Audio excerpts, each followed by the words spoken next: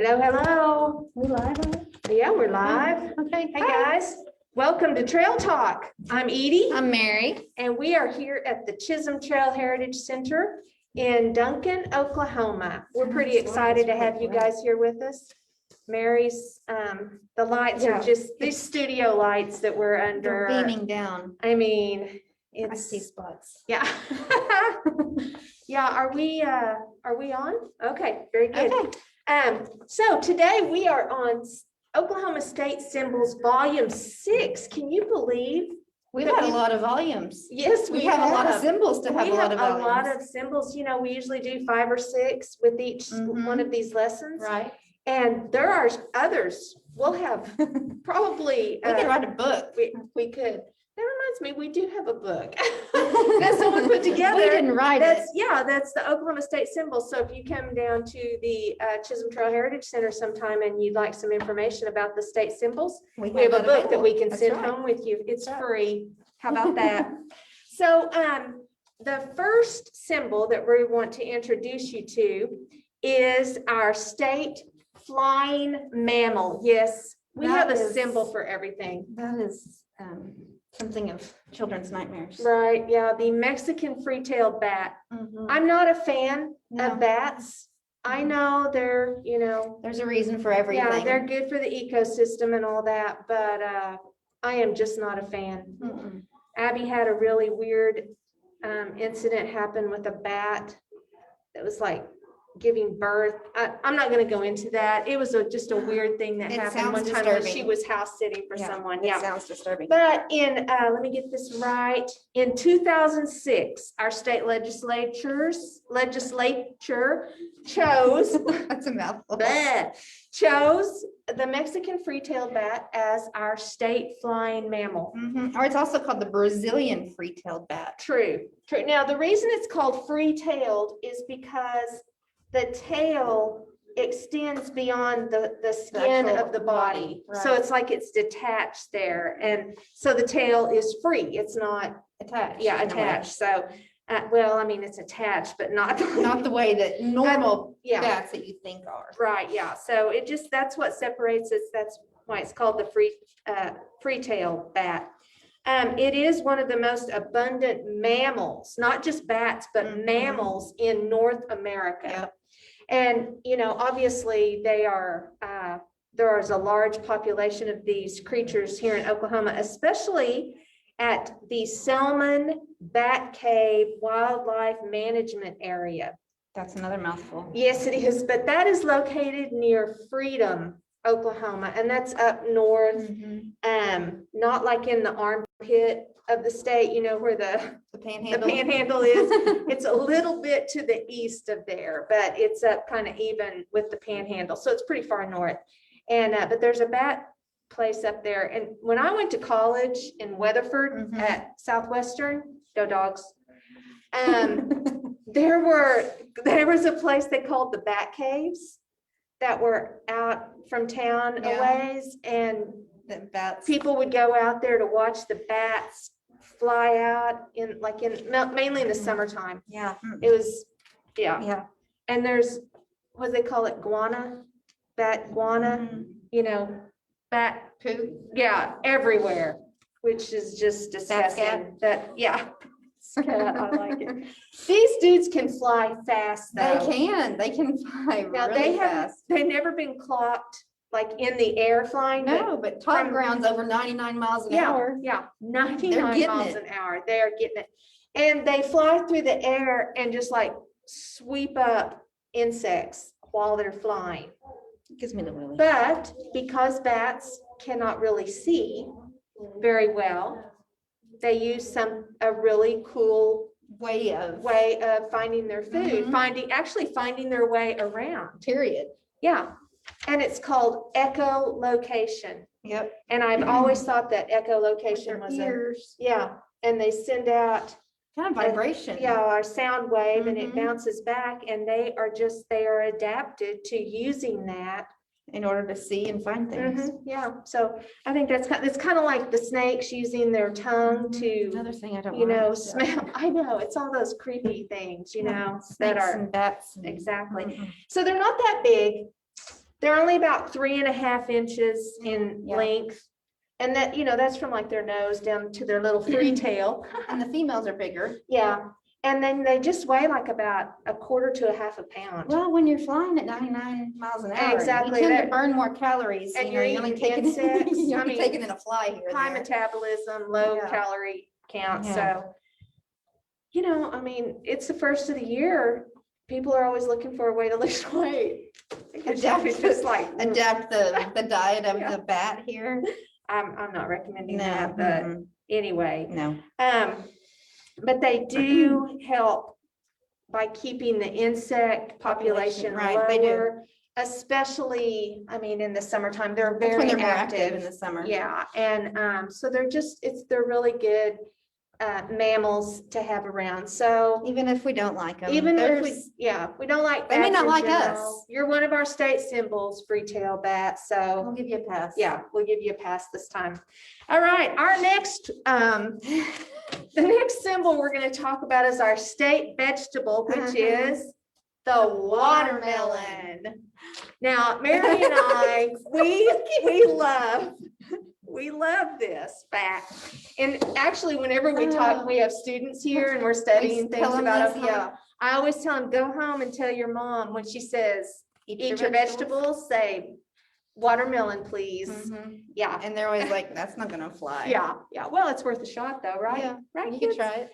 Anyway, so there's a kind of a great story attached to this selection Of the of vegetables. the state vegetable. So, in 2007, the watermelon was adopted as our state vegetable. Mhm. Now, any botanist will tell you the watermelon It's a is fruit. a fruit. Right, it's always been, before I started working here, Right, referred to it as a fruit. exactly. And there are several reasons why it's considered a fruit. Okay, it And we is may really actually, confuse you. it's actually a part of the berry Mhm. family. Yeah, But that's because there is a flower that is pollinated in order to produce this, I'm gonna call it fruit because Right. it's from we're a talking vine. about the fruit Right, right yeah, now. in general, not, yeah, it's because it's considered a fruit. And it contains seeds to produce more of the plants. Tomatoes, bananas, papayas. Right, yeah, they're also technically berries. Right. And we've all heard that little conversation before about a tomato being a fruit. Mhm. Well, this right. is why a tomato is also considered a fruit as opposed to a vegetable. It's confusing, right? Okay, stick with us. We'll So get what is a there. vegetable then, you may be Yeah. asking yourself? Well, it's the part of a plant that's consumed by people, not something the Like the plant leaf of it. produces. It's the actual plant. Yes, Mhm. like the leaf, lettuce, Spinach. kale, spinach, right?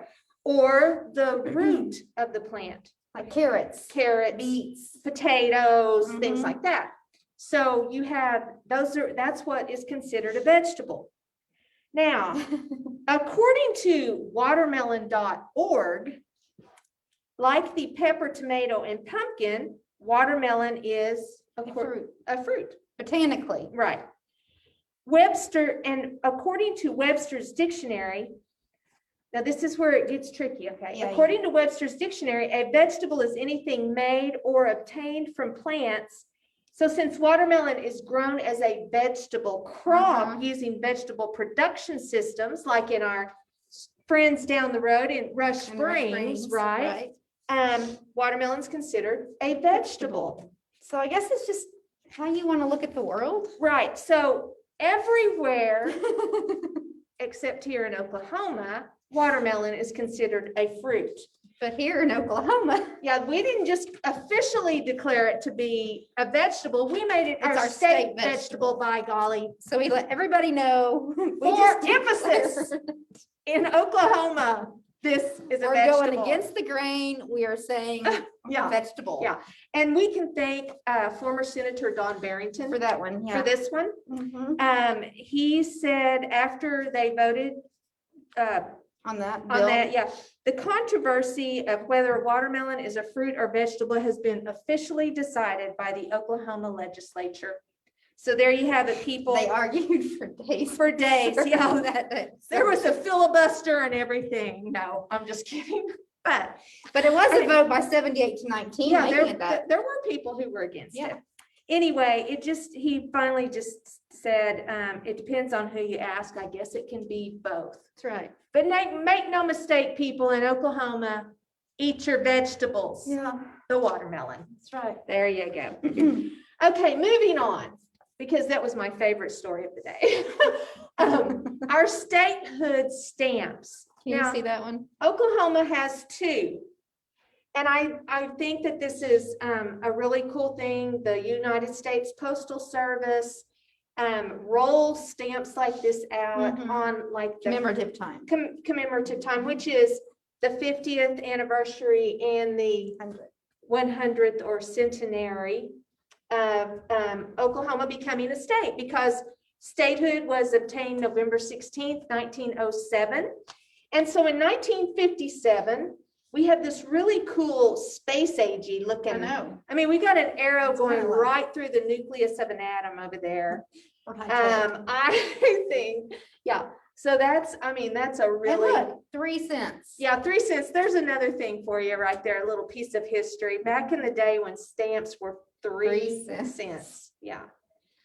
And then moving forward, so if statehood was in 1907, this stamp 2007, there's only a 1,300 whatever percent markup. increase in the price of a stamp over 50 years.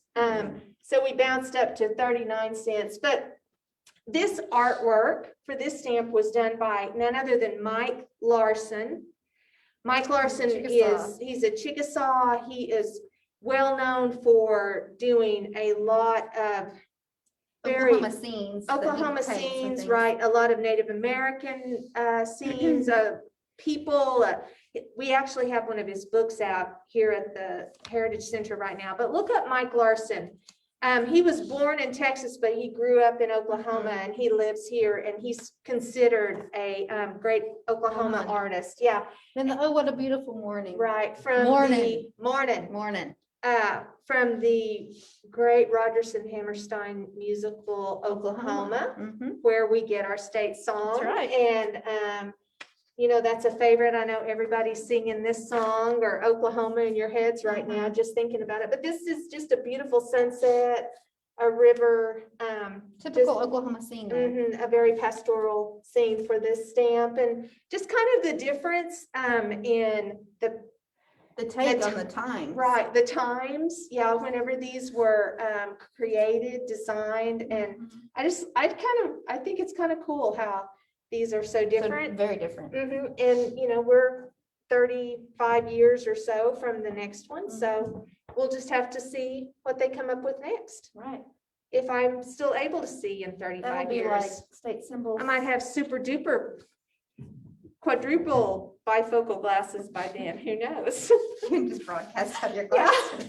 Yeah. So anyway, our Oklahoma statehood stamp are both of these stamps right here. Of course, this was the original, and anyway, those are so cool. I had never seen this one until I was doing No. the research for this part, and I think it's The a area very of the unique. nucleus is Mhm. unique. Yeah. We are shooting Very- right through there. Who knows what Right. the vision Yeah. really meant. But anyway, let's move on to our next symbol. Our state gospel song is Swing Low, Sweet Chariot. And I love the story behind this song, don't you, Mary? There is a good story that goes with it. Yeah, so it was selected in 2011 as our state It wasn't gospel. really that long ago. I know, it was that 10 years. Mhm. It was only 10 years Mhm. ago. But they continue to add More symbols. more and things. symbols. Right. So who knows how long this series will last on Trail You Talk. may see us up here for years. Yeah. Anyway, we're going to tell you about the history of the song Swing Low, Sweet Chariot. It was written, and I kind of hesitate to say written. It was composed, I guess would Yeah, be they the proper kinda word, just came up because with it. there was a man, he was a Choctaw named Britt Willis, and he lived in the Choctaw Nation in Oklahoma. And he had multiple slaves, but two that we're going to talk about were called Uncle Wallace and Aunt Minerva. I like that name, Uh, Minerva. uh-huh. And so Uncle Wallace composed, I don't know Several. how many songs. And he called them his plantation songs. His plantation workers would sing them when they were out working. Right. And, we've all, in studying our nation's history, we have learned about how those songs, the plantation songs, some of them went on to become called spirituals, were in the slave community. They were, I don't know, just something that they sang together. Right. And it was a part of their work day. It was a part of their rest time. And it was just a very important part of their lives. Right. It helped them to pass the time, helped them to kind of just and deal with all of the struggles that they were encountering as well, because those, like these the are spirit a bit. Yes. And so Uncle Wallace, I do not know. Uncle Wallace. Uncle sorry. Wallace and Aunt Minerva, I do not know their ages. I do not know when they were born. But we are talking in the 1840s is when he would have composed these songs. So prior to way before the Civil War. Okay. And there was a nearby school called the Spencer Academy, which was a Choctaw boys' school. And sometimes Mr. Willis would let Wallace and Minerva go to the school, and they would teach these songs to the students. And the students really loved learning the words and all of that.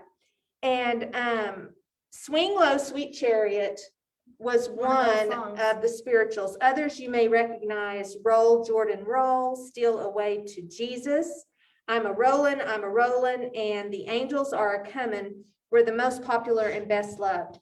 And these songs let's see, when was this? After the Civil War, there were groups who toured Europe, and they sang. They adapted these songs as part of their regimen. Part of their what do you call that? Their repertoire. And Uncle Wallace's songs were sung around the world. In fact, it's said that during a performance in London, Queen Victoria requested an encore of one of the songs. So very, very popular, accepted songs post-Civil War. Right. But the way that Uncle Wallace's music even came to be a part of these performances was that in 1849, Reverend Alexander Reed was the superintendent at that boys' school. And he was there for 12 years. And he grew to love Wallace and Minerva and their music. And it was just they became really instrumental, I guess, on the campus of that school. They were there a lot and helped to influence all the children that were there. Right. And so they, when the Civil War began, the Wallace, Minerva, and some of their children went to a place and hid out for safety. The Old Boggy Depot. Yeah, Old Boggy Depot. I don't really know where that is. But anyway, in 1869, Reverend Reed and his children moved back to Princeton, New Jersey. And in 1871, the Jubilee Singers of Fisk University were singing, and they just had a handful of plantation songs that they were singing. And so Reverend Reed introduced them to Uncle Wallace's music, and caught on, and the rest, as they say, is history. But Reverend Reed was quick to give Wallace and Minerva the credit. And so his name is on all of these songs. And so these are just the words to the chorus: swing low, sweet chariot, coming for to carry me home.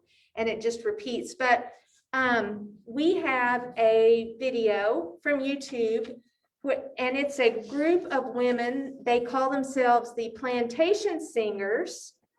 And you might need to hit that one more time. And they're going to sing a version of Swing Low, Sweet Chariot for you. Swing low, sweet chariot, coming forth to carry me home. Swing low, sweet chariot, coming forth to carry me home. Swing low, sweet chariot, coming forth to carry me home. Swing low, sweet chariot, coming forth to carry me home. Okay, I love, that was great. I didn't notice that there were some men in that video so it was a group of men and women performing that, but beautifully sung. And you can see that was the way all of those They would songs sing, they were. were all a cappella. There wasn't any Yes. instrumental into them. Exactly. So I'm really glad we found that example for you guys to be able to listen to. Okay, so lastly, we're going to talk about the Oklahoma nickname, the Sooner State. That's right. The Sooner State. Now, there are people who want to make this into a negative thing, but it is not. We are proud to be from the Sooner State, aren't we? We don't look at it as negativity. No, we do not. This is, in fact, we think that We this is embrace great. it. So, a quick history. I kind of need to do the Yeah, history of you the kinda- land yeah, you runs do. in order to get to The reason that we have the Sooner State. So, as we all know, the first land run was April 22nd, 1889. But leading up to that land run, there was a group of people who they became referred to as boomers because they wanted to get a land boom going here in Oklahoma. And there was an area of land in Indian Territory unassigned land. that became called the unassigned lands right after the Civil War. Because during the Civil War, some of the tribes, the nations Native Americans who fought for the South lived in that part of Indian Territory. And so the government took that away from those groups as a punishment, basically, for siding with the South.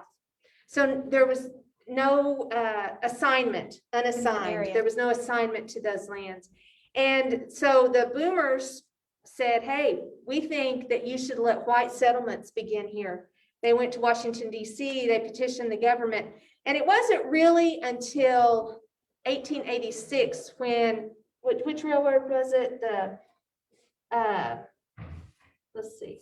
Santa Fe, when the Santa Fe Railroad laid tracks through that part of, through Oklahoma, that they thought, you know what, maybe these unassigned lands, maybe this is a thing we could do. So on April 22nd, 1889, at noon, they were going to fire a gun and start the first land run. They estimate at least 50,000 people were there to claim land. And according to the Homestead Act of 1862, a person could claim 160 acres of land. As long as they did the improvement. Right, and improved it, lived on it for 5 years, they would have ownership of that land. So,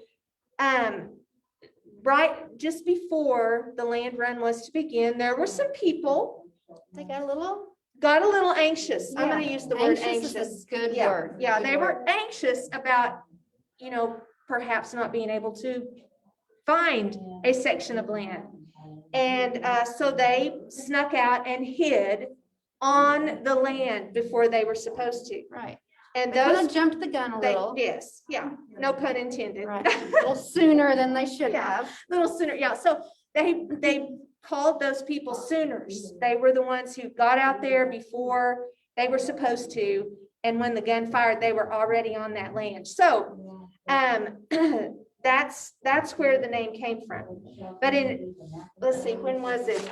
Then right after, I guess right after statehood. That's when The same year, yeah. When Oklahoma became the 46th state, well, the University of Oklahoma chose the Sooners as their nickname. And by that time, 1907, 1889, you know, was with almost 30 years, almost 30 years later. That at that point, the expression had taken on a positive connotation, and it came to symbolize an energetic, can-do spirit that was soon embraced as the nickname for the entire state. Yep. And so there Still you have it. stands today. It still does today, exactly. So that is a bit of a wrap, I guess you could say. I think, yeah, we covered a lot of Everything really- from bats to land runs. I There think you we covered go. A little bit of it Yeah. all here You today. never know what you're gonna learn on Trail Talk. Tomorrow's episode of Trail Talk, we're We're going going on a field trip. We're going on a field trip. We're going off-site like we did last week. This week, we're going to go to the Chisholm Trail Arts Council. And they have an artist whose work is on display right now, and we are going to talk to him. Hollis, we're going to talk to Hollis and see some of his work, and Darcy Reeves, who directs the Chisholm Trail here. You guys, see you later. You can stick around more. We're almost finished. We had some guests in here, visitors, yeah. Anyway, Darcy Reeves is also going to be there, and we're just going to let you guys see SeaTac, as it's referred to around here, and kind of familiarize yourselves with their location and kind of how they do things. So join us on Trail Talk tomorrow at 2 p.m. You will still tune in at the same place. Right. Yeah, Zoom or Facebook Live. Nothing will change. Yeah. So anyway, it's time for us to sign off now. Yep. And so we will see you all tomorrow. Until then, Happy trails. happy trails. Bye-bye, everybody. Bye. Scott always gets Granny going.